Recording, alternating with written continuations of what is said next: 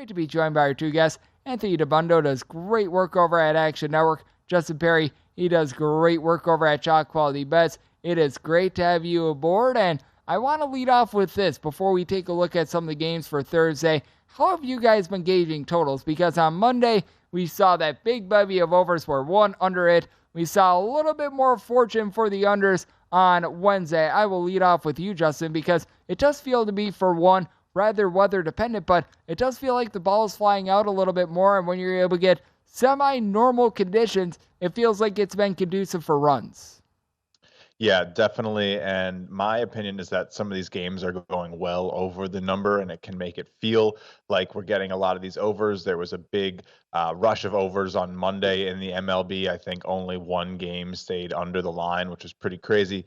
But we kind of need to stay level-headed. I think you can still find really good pitching matchups, key in on, starters that are going to keep the game a little bit more in control, even with some of the new rules that are changing the pace of play. So I think you still want to look at matchup by matchup and not really jump too much to anything. But with some rain the last couple days, it might actually be a good under time. Some interesting stuff going on. Yep, and I do agree with Justin in that it certainly has been a case where it feels like it's a little bit more of a run-scoring environment, especially with the shift. But when you do get these rainy environments, these lower temperatures, like out here in Las Vegas, it did not reach 60 degrees today. It feels like the entire country has been going through a little bit of a cold spell. I do think that is interesting to take a look at as well, Anthony, because when you get normal conditions, it's been good for overs, but at the same time, right now it feels like the entire country is just dealing with dreary weather. Yeah, certainly. I mean, overs have hit 50, 37, and 1 thus far this season, so a slight over trend. It was pretty evident within about a week or two last year that whether it was the extended spring training and the dead and balls, that the unders were going to be the king in April. I think you're starting to see the reality, which is that the balls are different. You can look at the drag on the balls on a pretty big sample now. It's not a huge sample with it only being 1 week. That's a lot of batted balls traveling through the air. And some of the drag on those balls looks more comparable to 2018 and 2021 than 2019 when the drag was at an all-time low, or 2022 when the drag was way up. So you're seeing the balls fly a little further. Drag, of course, limits how much the ball will fly. And so I think there's definitely needs to be some type of adjustment to your, if you're modeling out games, to put a little extra juice on that over and bump them a little bit, because I think it is very real that the ball is flying closer to the past numbers we're used to seeing and not quite the numbers from last year.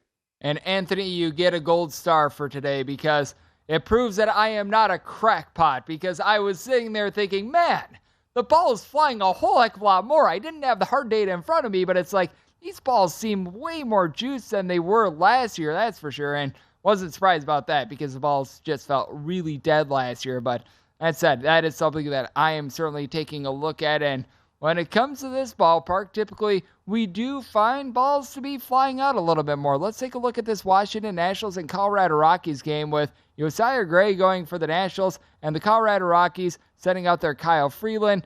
This is starting to get lofty on the Colorado Rockies. They open up as a minus 130 favorite, which I thought you had really good value at a minus 130.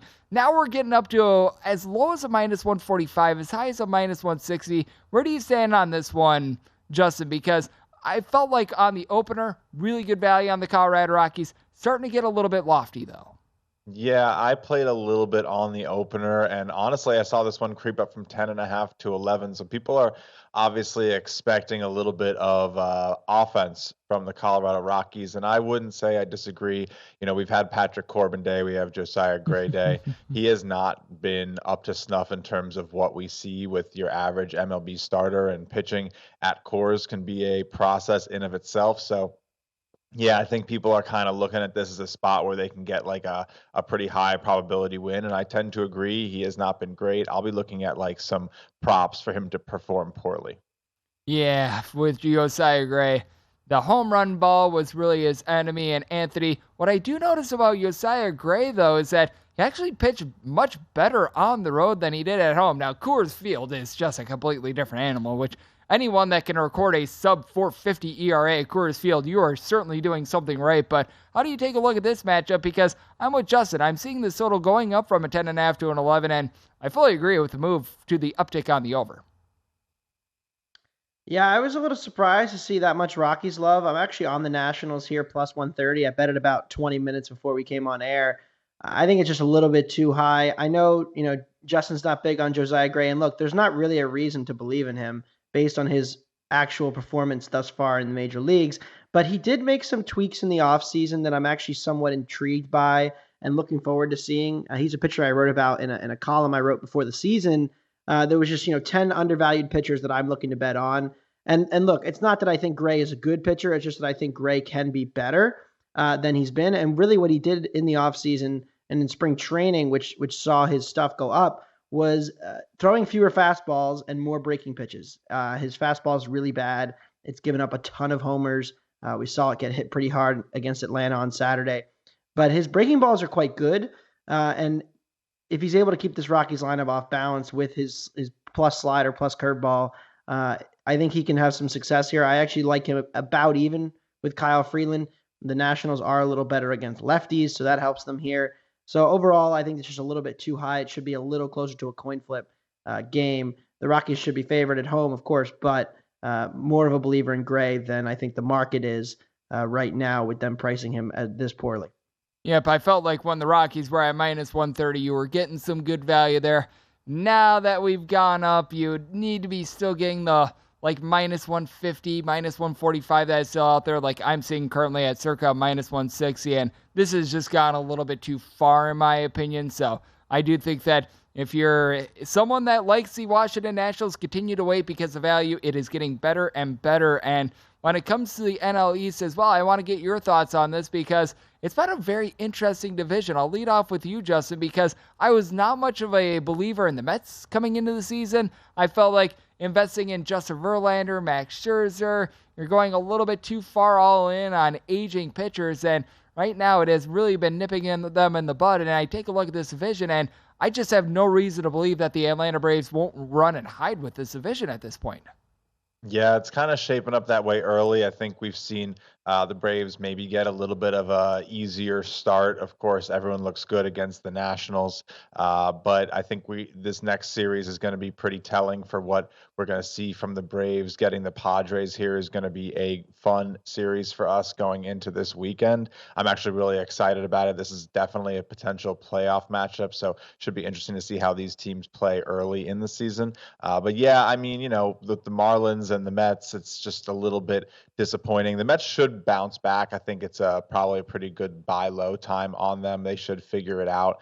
They do have the pieces on the roster. So I'm a Yankee fan, but I'm trying to give them some credit. I think they should do okay. They should have, easy wins coming against the Nats and against the Marlins. So the record should still be decently competitive with the rest of the National League. Yep, and Anthony, for those that are watching on VSiN.com, they see you wearing a little bit of a jersey. I have a feeling that is a Philadelphia Phillies jersey, and I am proven correct there. And what is your overall look on the Phillies? Because I feel like the big thing for them right now is just treading water because they are dealing with injuries to the likes of Rhys Hoskins, Bryce Harper, and some of the back end of the rotation pieces. Yeah, I mean, I'm certainly concerned. I think I told a lot of Phillies fans, myself included, over and over in the offseason, you need to pretend that October didn't happen when you evaluate the Phillies. And look, they were an 87-win team that had their entire starting rotation stay pretty healthy throughout the entire season. And we're already seeing now, Ranger Suarez goes down. They lose Hoskins for the year. Looks like Derek Hall is headed toward an IL stint.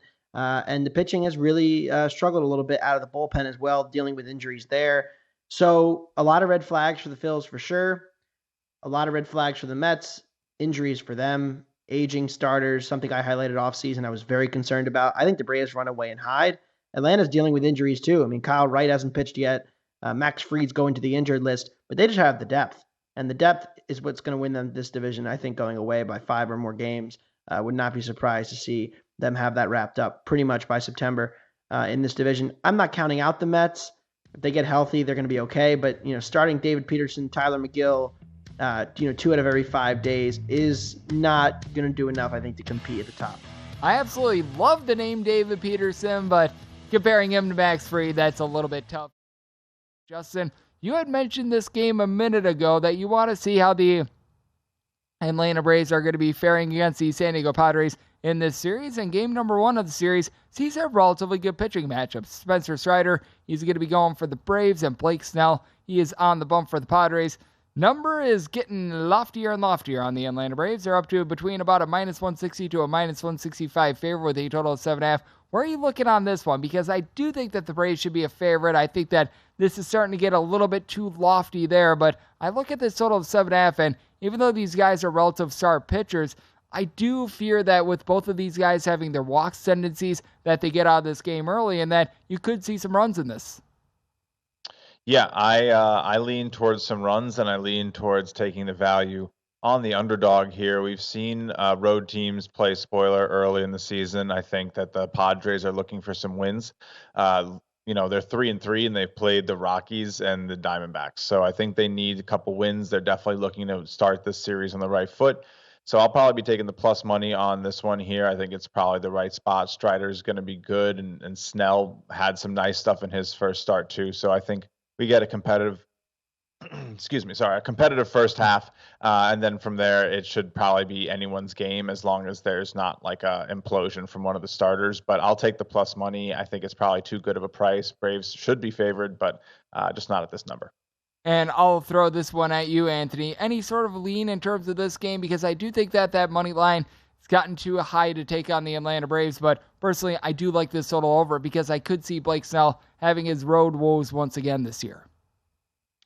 Yeah, I mean, the biggest thing for Snell is that he's not in the zone a lot.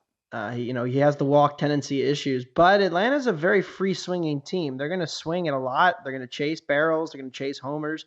And so for Snell, it's not a terrible matchup in that sense because, like I said, they're not going to be the most patient lineup and sit there and wait him out. They're going to be very aggressive early in counts and probably swing through a lot of his stuff. So I don't hate the matchup for Snell.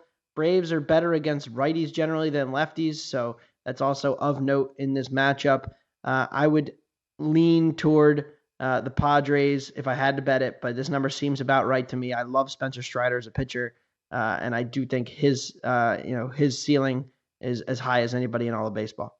Yep, Spencer Strider, great mustache and a very good delivery as well. So we shall see how that one goes. And how about if we head over to Detroit, because this is going to be our first time seeing the new ballpark dimensions for the Tigers as they play host to the Boston Red Sox.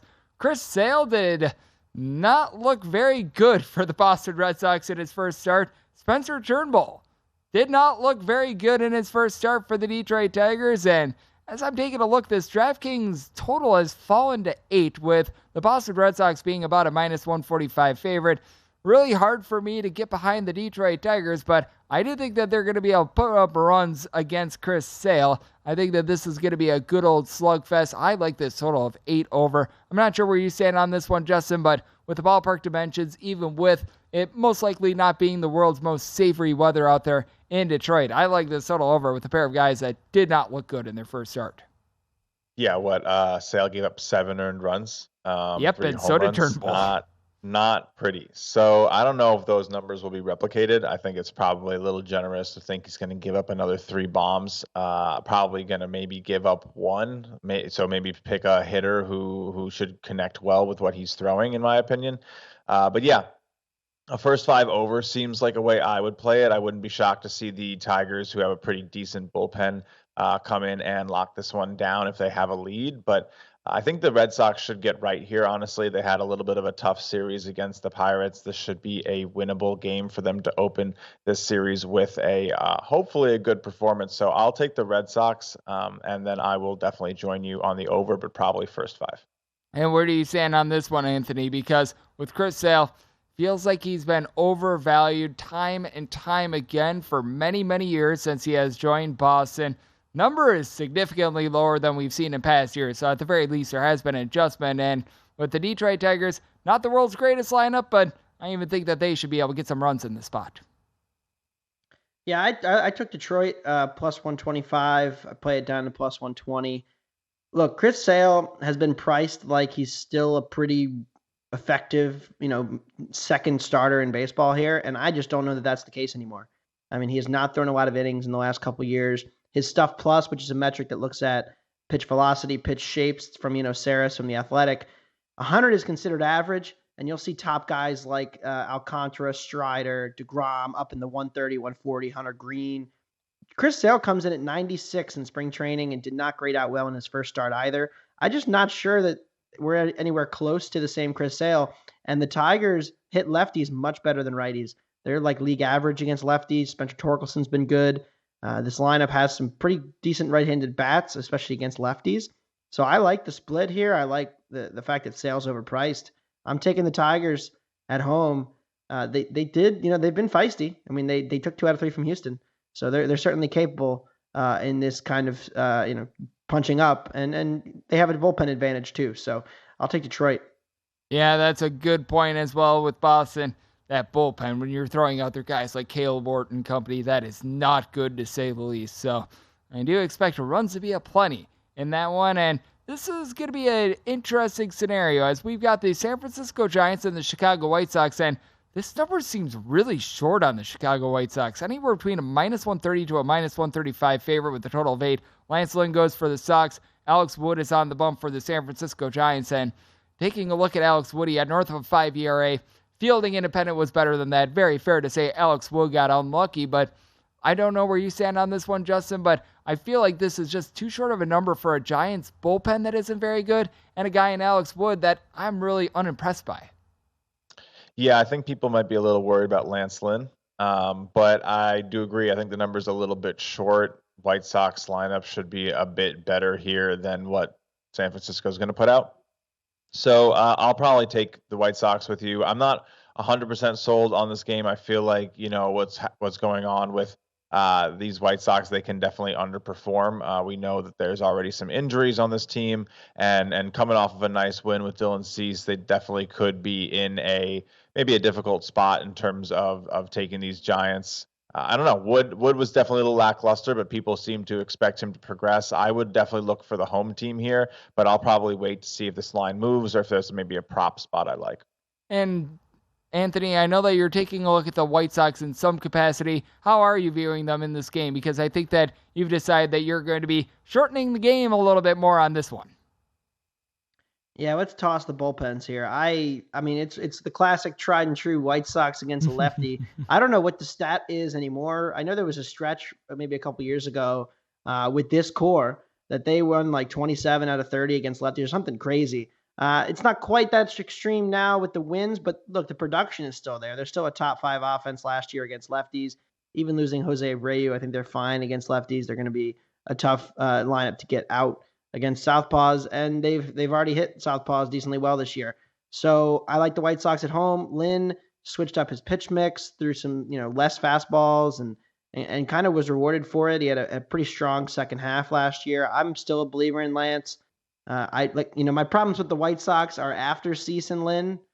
When those two guys are on the mound, I have no problem backing them, even though my biggest preseason win total and bet is against the White Sox. When those two guys are on the mound, they're still a very good team, and I agree that the price is a little short. So I like the White Sox first 5.